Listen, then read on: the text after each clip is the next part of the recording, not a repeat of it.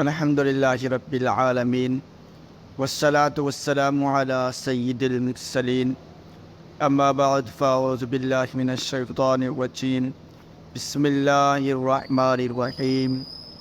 فرمان مصطفیٰ صلی اللہ تعالیٰ علیہ وسلم ہے کہ جس نے مجھ پر روزانہ 1000 مرتبہ درود پاک پڑھا تو وہ بندہ جب تک نہیں مرے گا کہ جب تک جنت میں اپنا مقام نہ دیکھے۔ سبحان اللہ۔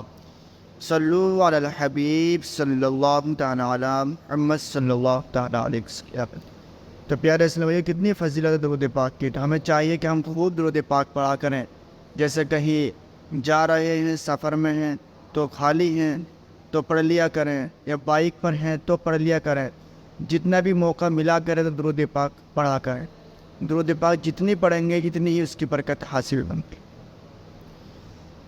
پیارے اسلامی جو اپنا بیان چل رہا تھا امام حسین رضی اللہ تعالیٰ عنہ کا ذکر اور ان کے واقعات چل رہے تھے، اسی کو آگے بڑھاتے ہوئے اب کربلا کا خونی منظر، یعنی امام علی مقام امام حسین رضی اللہ تعالیٰ عنہ مکہ معظمہ سے کوفہ کے لیے روانہ ہوتے ہیں۔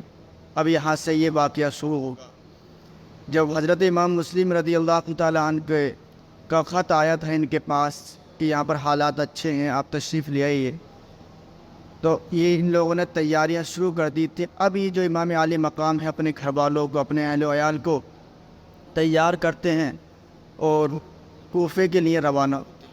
پیارے اسلامیوں بہت ہی توجہ کے ساتھ سننا، یہ جب یہاں سے روانہ ہوتے ہیں تو کیا کیا معاملہ ہوتا ہے اور کن کن لوگوں سے ملاقات ہوتی ہے اور پھر لوگ کیا سمجھاتے ہیں، کیا کہتے ہیں۔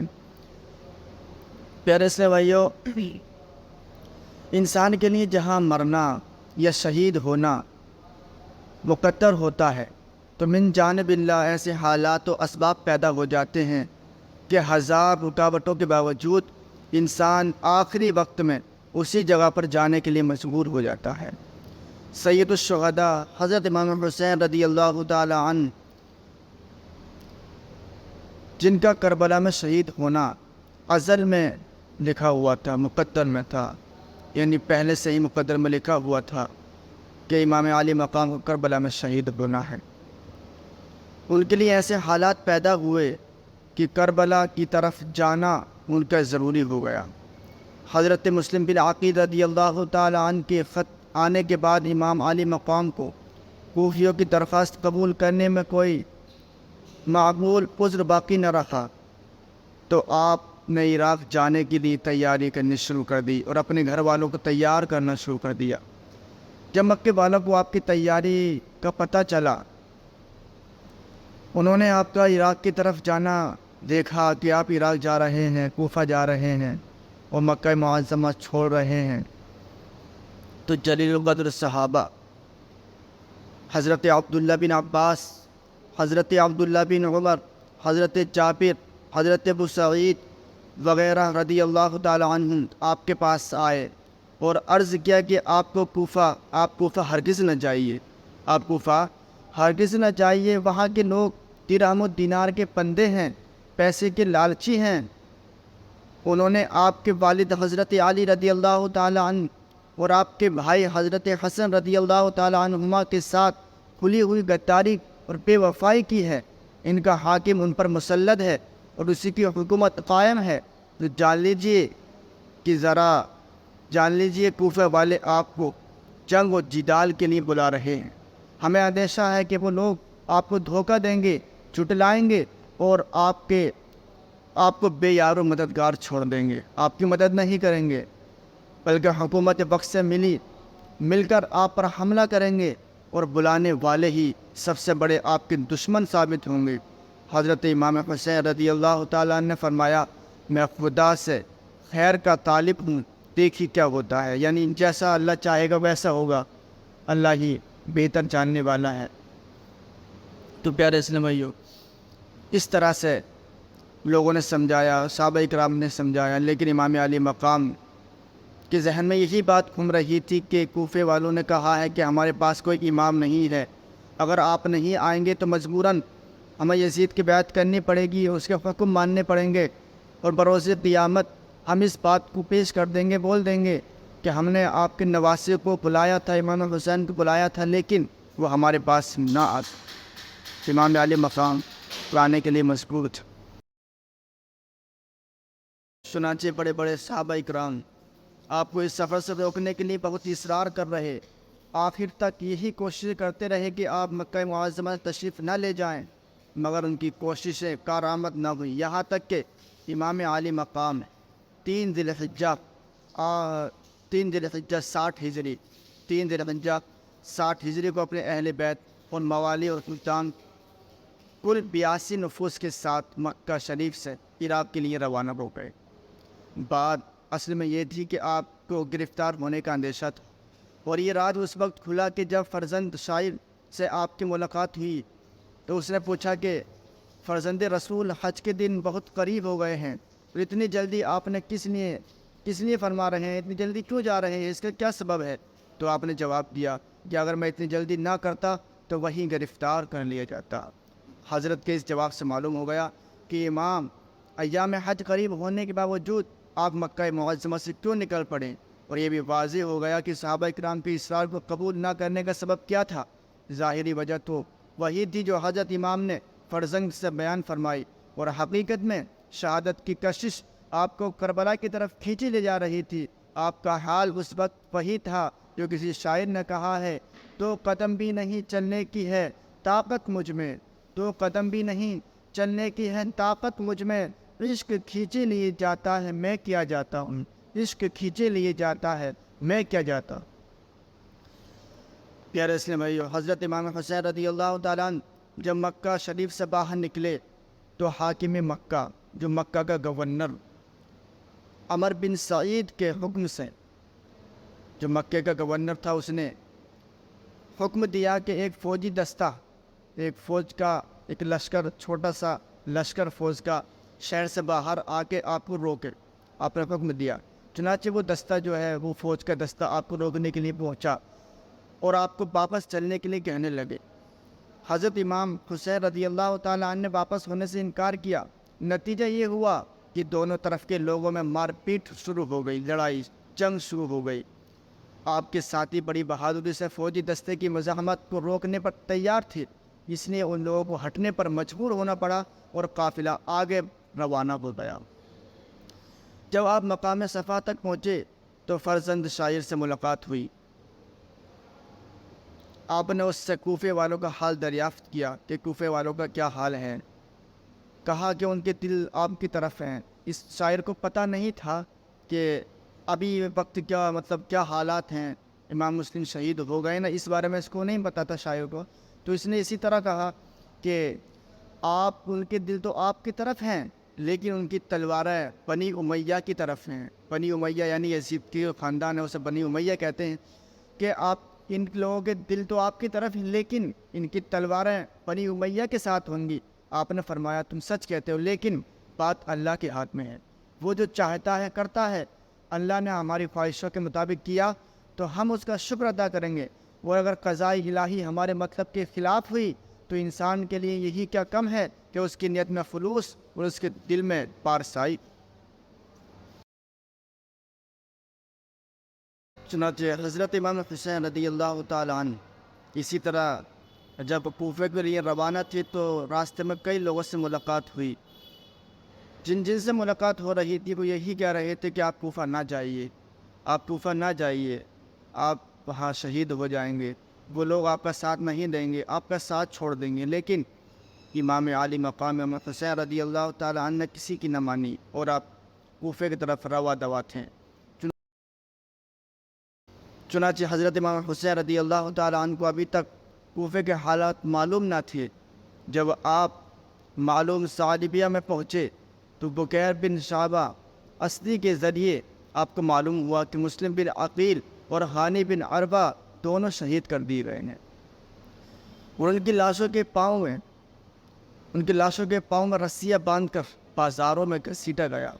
اس دردناک خبر کو سن کر آپ نے بار بار انا للہ و انا الیہ راجعون رحمۃ اللہ علیہما پڑھا، انا للہ و انا الیہ راجعون رحمۃ اللہ تعالی علیہما پڑھتے رہے۔ عبداللہ بن سلیم اور مزید بن مشعمی اسدی جو حج سے فارغ ہو کر مقام سرود میں حسینی قافلے کی سے آ کر مل گئے تھے، انہوں نے امام علی مقام سے کہا، خدا کے واسطے آپ اپنی اور اپنے گھر بھر کی جان خطرے میں نہ ڈالیں، یہاں سے واپس ہو جائیں، اس لیے کہ کوفہ میں آپ کا نہ کوئی دوست ہے اور نہ مددگار ہے، بلکہ ہمیں اندیشہ ہے کہ جو لوگ آپ کو بلا رہے ہیں وہی آپ کے دشمن ہو جائیں گے۔ یہ سن کر حضرت مسلم کے تینوں بھائی کھڑے ہو گئے۔ وہ جوش میں آ کر کہا، خدا کی قسم ہم واپس نہیں ہوں گے جب تک مسلم کے خون کا بدلہ نہ لے لیں گے، اور ہم بھی ان کی طرح قتل نہیں ہو جائیں گے۔ حضرت نے اسدیوں کی طرف دیکھ کر فرمایا، ان لوگوں کے پاس زندگی میں کچھ لطف نہیں۔ آپ کے ساتھیوں میں سے بعض لوگوں نے کہا، آپ کی اور مسلم کی برابری نہیں، جب آپ کوفہ پہنچ جائیں گے تو وہاں کے سب لوگ آپ کی مدد کے لیے دوڑ پڑیں گے۔ حضرت نے اس خیال کی تائید نہیں فرمائی بلکہ خاموش رہے۔ پھر قافلہ آگے بڑھا اور ابھی تک سب لوگوں کو حضرت مسلم کی شہادت کی خبر نہ تھی۔ جب آپ مقام زبالہ میں پہنچے تو اسی جگہ آپ نے پورے قافلے والوں سے فرمایا، ہمیں یہ دردناک خبر ملی ہے کہ مسلم بالعقیل شہید کر دیے گئے ہیں۔ حضرت مسلم کی شہادت کی خبر نہ تھی۔ جب آپ مقام زبالہ میں پہنچے تو اسی جگہ پر آپ نے پورے قافلے والوں سے فرمایا کہ ہمیں یہ دردناک خبر ملی ہے کہ مسلم بالعقیل شہید کر دیے گئے ہیں اور ہماری اطاعت کے دعوے داروں نے ہمیں چھوڑ دیا ہے، لہذا جو شخص تم میں سے واپس جانا چاہے وہ چلا جائے، ہماری طرف سے اس پر کوئی الزام نہیں۔ بہت عرب جو راستے میں آپ کے ساتھ ہو گئے تھے، جو لوگ راستے میں آپ کے ساتھ ہو گئے تھے، اس اعلان کے سنتے ہی تقریباً سب دائیں بائیں روانہ ہو گئے، اور زیادہ تر وہی لوگ باقی رہ گئے جو مدینہ طیبہ سے آپ کے ساتھ آئے تھے۔ محرم کی پہلی تاریخ 60 ہجری کو جب آپ کوہ ذی حشم کے دامن میں پہنچ کر خیمہ زن ہوئے اور حر بن یزید تیمی 1000 لشکر کے ساتھ آپ کو گرفتار کرنے کے لیے آ پہنچا۔ دوپہر کا وقت تھا، دشمن کے گھوڑے اور سارے آدمی بہت پیاسے تھے۔ حضرت امام حسین رضی اللہ تعالی عنہ نے سب کو پانی پلوایا۔ غالباً اسی ہمدردی کے سبب حر آپ سے کچھ کہنے کی جرت نہ کر سکا، یہاں تک کہ جب ظہر کے نماز کا وقت آیا اور اذان پڑھی گئی تو آپ نے حمد و صلات کے بعد حر اور اس کے فوج کو مخاطب کرتے ہوئے ارشاد فرمایا، اے لوگو، میں خدا تعالیٰ کی بارگاہ میں اور تمہارے سامنے اپنی صفائی پیش کرتا ہوں کہ میں اس وقت تک تمہارے طرف نہیں آیا جب تک کہ تمہارے خطوط میرے پاس نہیں آئے تھے۔ آپ ہماری طرف آئیے، ہمارا کوئی امام نہیں، یہ آپ کے خطوط تھی، شاید آپ کے سبب ہم لوگوں کو خدا تعالیٰ ہدایت پر جمع فرما دے۔ اب اگر تم لوگ اپنی بات پر قائم ہو تو میں آ ہی گیا، اور تم مجھ سے عہد کرو تاکہ مجھے اطمینان ہو جائے اور تمہارے شہر میں چلو۔ اگر میرا آنا پسند نہیں ہے تو میں جہاں سے آیا ہوں وہی جانا چاہتا ہوں۔ رب کی پہلی تاریخ جب آپ کوہ ذی حشم کے دامن پر پہنچے، وہاں پہنچ کر خیمہ زن ہوئے تو یہ حر بن یزید تیمی 1000 لشکر کو لے کر آپ کو گرفتار کرنے کے لیے آ گیا۔ دوپہر کا وقت تھا، دشمن کے گھوڑے اور سارے لوگ جو اس کے فوجی تھے جو ساتھ آئے تھے پیاسے تھے۔ حضرت امام حسین رضی اللہ تعالیٰ عنہ سب کو پانی پلوایا، سب کو، گھوڑوں کو اور لوگوں کو سب کو پانی پلوایا۔ اسی ہمدردی کے سبب حر آپ سے کچھ کہنے کی ضرورت نہ کر سکا، یہاں تک کہ جب ظہر کا وقت آیا اور اذان پڑھی گئی تو آپ نے حمد و صلات کے بعد حر اور اس کی فوج کو مخاطب کرتے ہوئے ارشاد فرمایا، اے لوگو، میں خدا تعالیٰ کی بارگاہ میں اور تمہارے سامنے اپنی صفائی پیش کرتا ہوں کہ میں اس وقت تک تمہاری طرف نہیں آیا جب تک کہ تمہارے خطوط میرے پاس نہیں گئے۔ آپ ہماری طرف آئیے، ہمارا کوئی امام نہیں، شاید آپ کے سبب ہم لوگوں کو خدا تعالیٰ ہدایت پر جمع فرما دے۔ اگر تم لوگ اپنی بات پر قائم ہو تو میں آ ہی گیا، اور تم مجھ سے عہد کرو تاکہ مجھے اطمینان ہو جائے تو میں تمہارے شہر میں چلوں، اور اگر میرا آنا پسند نہیں کرتے تو میں جہاں سے آیا ہوں وہیں واپس چلا جاؤں گا۔ آپ کی اس تقریر کے بعد خاموشی رہی، کسی نے کوئی جواب نہیں دیا۔ آپ نے حر سے پوچھا، تو ہمارے ساتھ نماز پڑھو گے یا الگ نماز پڑھو گے؟ تو حر نے کہا کہ آپ نماز پڑھائیے، ہم سب آپ کے پیچھے نماز پڑھیں گے۔ چنانچہ ایسا ہی ہوا، وہ دونوں طرف کے لوگوں نے حضرت امام حسین رضی اللہ تعالیٰ عنہ کے پیچھے نماز ادا کی، اور اس کے بعد آپ اپنے خیمے میں تشریف لے گئے۔ جب عصر کا وقت آیا تو حضرت امام علی مقام نے اپنے ساتھیوں کو حکم دیا کہ روانہ ہونے کے لیے سب تیار ہو جائے۔ پھر خیمے سے باہر تشریف لائے، اور اس وقت بھی دونوں گروہ نے آپ کے پیچھے نماز ادا کی۔ نماز کے بعد پھر آپ نے مجمع کی طرف رخ کیا، چہرہ کیا، اور حمد و سلام کے بعد فرمایا، اے لوگو، اگر تم تقوی اختیار کرو گے اور حق والوں کا حق پہچانو گے تو اللہ تعالیٰ کی خوشنودی حاصل کرو گے، اور اگر تم ظلم و زیادتی کے ساتھ حکومت کرتے رہو گے اور اہل بیت نبوت ان کے مقابلے میں خلافت کرتے، ان کے خلاف چلتے رہو گے تو تمہارا بڑا برا الزام ہوا۔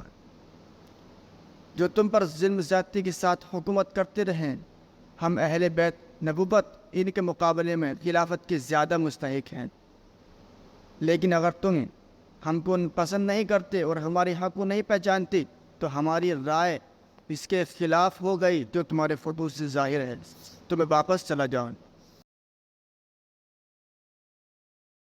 حضرت امام حسین رضی اللہ تعالیٰ عنہ نے حر سے فرمایا، اچھا کچھ چلنے دو، تو حر خاموش رہا اور آپ پائیں طرف چل پڑے۔ ابھی آپ تھوڑا سا چلے تھے کہ حر کی سپاہیوں نے آ کر روک دیا اور کہا، بس یہیں اتر پڑیے، فرات یہاں سے دور نہیں ہے۔ آپ نے پوچھا، اس جگہ کا نام کیا ہے؟ لوگوں نے کہا، اس جگہ کا نام کربلا ہے۔ اس لفظ کو سنتے ہی آپ گھوڑے سے اتر پڑے اور فرمایا، یہ کربلا ہے جو مقام کرب و بلا ہے، یہی ہمارے اونٹوں کے بیٹھنے کی جگہ ہے، یہی ہمارے مال و اسباب اتریں گے اور اسی مقام پر ہمارے ساتھی قتل کیے جائیں گے۔